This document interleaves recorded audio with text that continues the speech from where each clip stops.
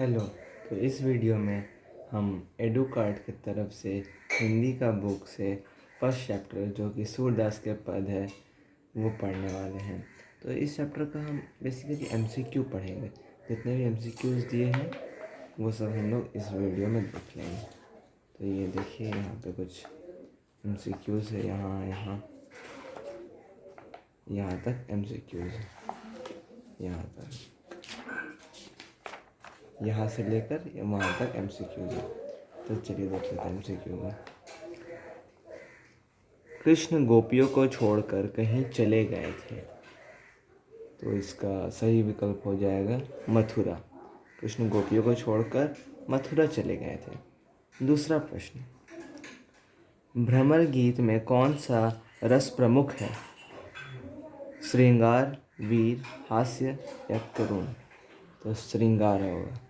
भ्रमर गीत में श्रृंगार रस प्रमुख है। ठीक है। अष्टछाप में कवियों की संख्या कितनी है? 8। अष्टछाप में कवियों की संख्या 8 है। ठीक है। नेक्स्ट, सूरदास की भक्ति का स्वरूप क्या है?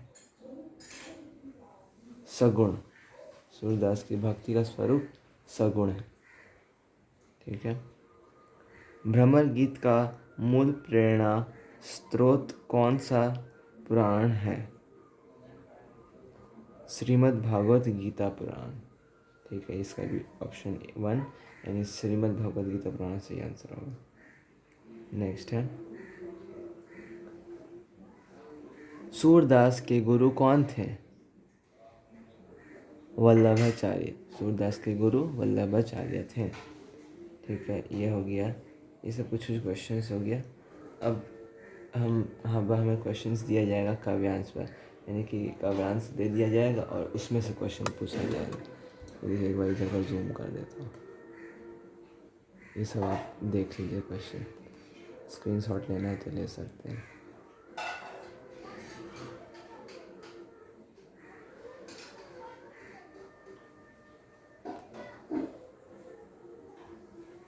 ठीक है, चलिए।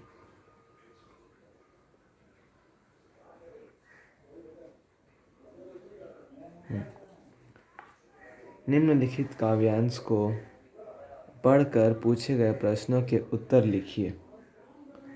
हरी है राजनीति पढ़ी आए, समझी बात कहाँ मधुकर के समाचार सब पाएं।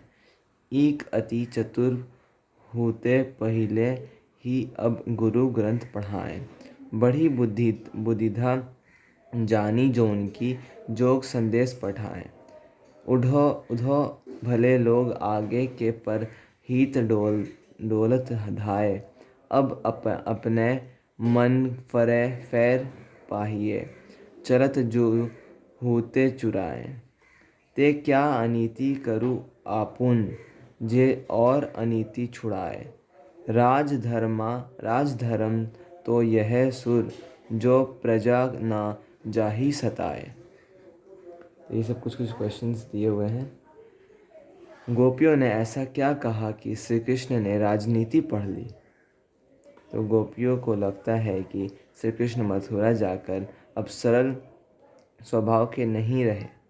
उनके मन में अब छल फरवे आ गए हैं। वे अब चतुर राजनीतिज्ञ बन गए हैं। इसलिए उन्होंने प्रेम के स्थान योग साधन का संदेश भेज दिया। ठीक है। नेक्स्ट क्वेश्चन है, गोपियों को श्री कृष्ण की बुद्धि के विषय में कैसा लगता है?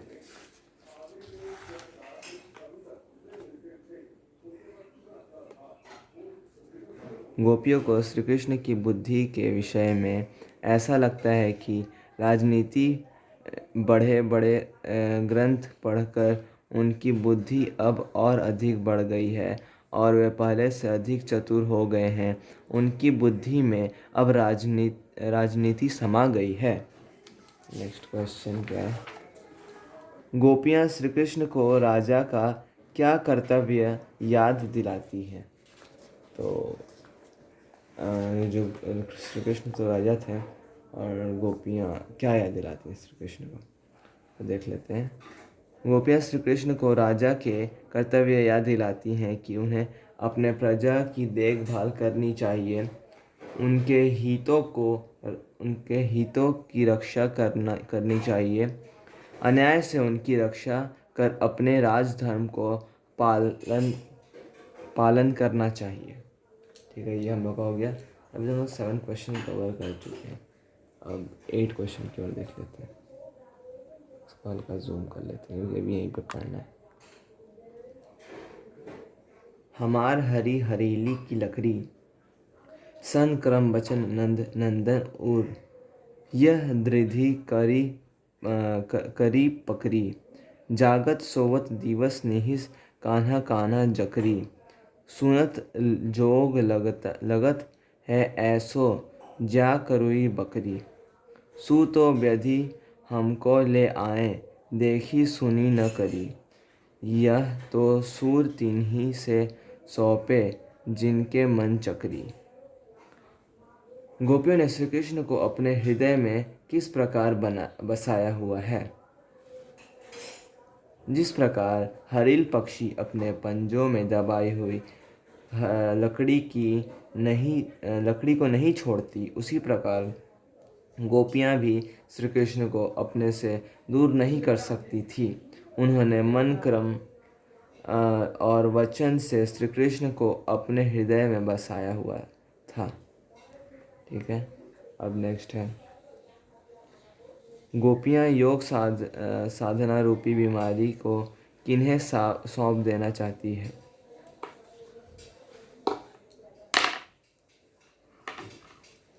गोपियाँ इस बीमारी को उन्हें सौंपना चाहती हैं कि जिनका मन चंचल है।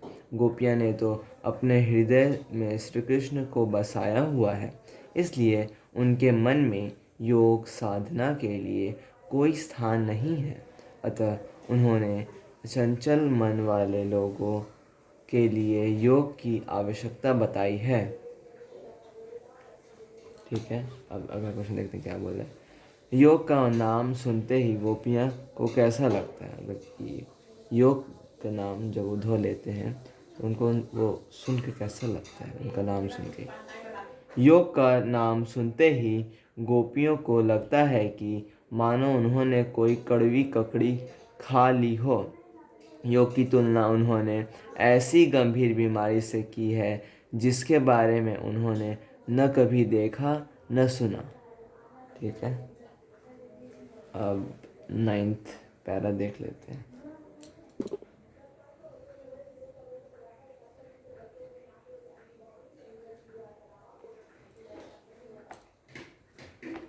निम्नलिखित काव्यांश को पढ़कर पूछे गए प्रश्नों के उचित विकल्प चुनिए। हमार हरी हरेली की लकड़ी, मन करम बचन नंदन हर, यह दृढ़ि पर पकड़ी, जगत सोवत दिवस निहिस कान्हा कान्हा जकरी। सुनत जोग लगात है ऐसो ज्यो करुई ककरी, सू तो व्याधि हमको ले आए देखी सुनी न करी। सू तो व्याधि हमको ले आए देखी सुनी न करी, यह तो सूर तिन्ही से सौंपो जिनके मन चकरी।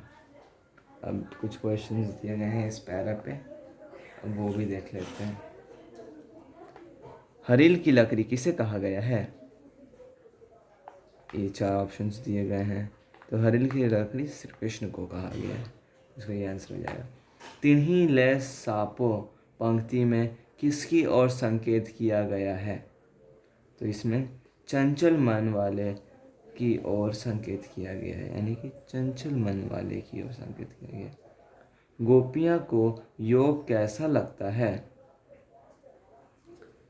कड़वी ककड़ी के समान। ठीक है, गोपियों ने गंभीर व्याधि किसे माना है? योग को, यानी कि जो गोपियाँ हैं वो सबसे हार्ड काम हिसाब से किसको मानी है? तो योग को। सुनत जोग लागत है ऐसो, जो करुई बकरी ककरी, मैं निहित अलंकार है। मतलब इस लाइन में कौन सा अलंकार लगा हुआ है? तो इस लाइन में उत्प्रेक्ष अलंकार लगा हुआ है। ठीक है, चलिए अब नेक्स्ट पैरा देख लेते हैं।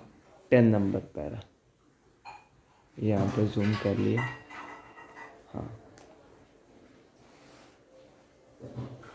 मन की मन ही माज रही, कहिए जाई कौन पे उधो, नाही परत कही अवधि आधार, आस आवन की तन मन बीथा सही। अब इन जोग संदेशनी सुनी सुनी, बिरहिनी बिरह दही, चाहती हिति गुहारी जितही, ते ऊत ते धार बही। सूरदास अब धीर धरही, क्या मर्यादा न लही, किसके मन की बात मन में ही रह गई। ये बात दे दिया, अब उस पर क्वेश्चन पूछ रहा है। तो गोपियों का मन की बात मन में ही रह गई। गोपियों को रक्षा की उम्मीद किससे थी? श्री कृष्ण से। गोपियों को रक्षा की उम्मीद श्री कृष्ण से थी। ठीक है, नेक्स्ट है, योग संदेश को सुन सुनकर गोपियाँ की क्या दशा हुई? उनकी विरह व्यथा बढ़ गई। योग संदेश के बारे में सुन सुनकर उनकी विरह व्यथा क्या हो गई? बढ़ गई। गोपियाँ मर्यादा नहीं धारण कर पा रही है, क्योंकि गोपियाँ मर्यादा धारण क्यों नहीं कर पा रही है? इसका आंसर हो जाएगा, कृष्ण ने अपनी मर्यादा का पालन नहीं किया।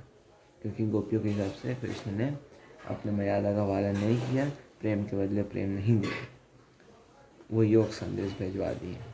ठीक है, अपने तन मन की व्यथा को गोपियाँ किस आशा में सहन कर रही थी? तो इसका आंसर हो जाएगा, कृष्ण के आने की आशा से। अपने तन मन की व्यथा को गोपियाँ किस आशा में सहन कर रही थी?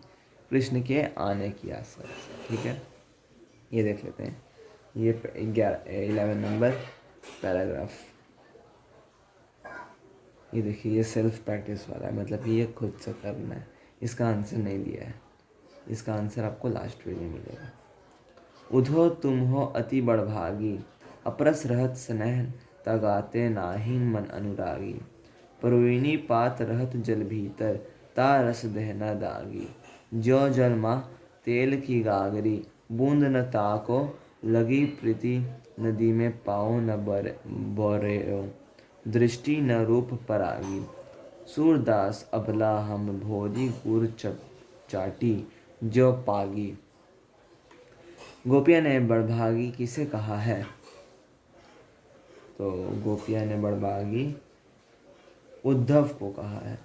क्यों कहा है? क्योंकि उद्धव श्री कृष्ण के साथ रहते हैं पर फिर भी उनके प्रेम में लीन नहीं हुए हैं, उसीलिए। स्नेह संबंधों के प्रति उद्धव के वैराग्य को किन उदाहरणों से बताया गया है? कमल के पत्ते और प्रेम की नदी के उदाहरणों द्वारा, या एक मिनट लिख नहीं रहा होगा, या तेल लगी गागर और अपने प्रेम के उदाहरणों द्वारा, या फिर प्रेम की नदी के उदाहरण द्वारा, या आखिरी है कमल के पत्ते और तेल लगी गागर के उदाहरणों द्वारा। तो इसका करेक्ट ऑप्शन यही हो जाएगा, कमल के पत्ते और तेल लगी गागरों के उदाहरण वाला। ये ऐसा क्यों बोल रहे हैं? क्योंकि आप देखते होंगे किसी भी तालाब में कमल का पत्ता डालिए तो वो ऊपर ही रहता है, वो पानी के ऊपर ही हो रहता है, और किसी भी पानी में आप तेल डालिए तो वो तेल भी पानी के सतह से ऊपर रहता है, उसको वो पानी में मिक्स नहीं होता कभी। ठीक है, और अब नेक्स्ट है, गोपिकाओं ने किसे भोरी कहा है? स्वयं को। गोपिया ने किसे भोरी कहा है? तो खुद को, स्वयं को। नेक्स्ट है, गूढ़ चाटी ज्यों पागी पंक्ति में प्रयुक्त अलंकार है। उत्प्रेक्ष अलंकार, इस पंक्ति में उत्प्रेक्ष अलंकार का प्रयोग हुआ है। लास्ट क्वेश्चन हमारा आज का, प्रीति नदी में कौन सा अलंकार है? तो प्रीति नदी में उपमा अलंकार है। ठीक है, इसी के साथ हमारा ये वीडियो कंप्लीट होता है। हमने जितना MCQ इसमें दिया हुआ था सारा डिस्कस कर लिया है। उम्मीद है आपको अच्छा लगा होगा। ठीक है, तो ये वीडियो कहीं पे एंड करते हैं।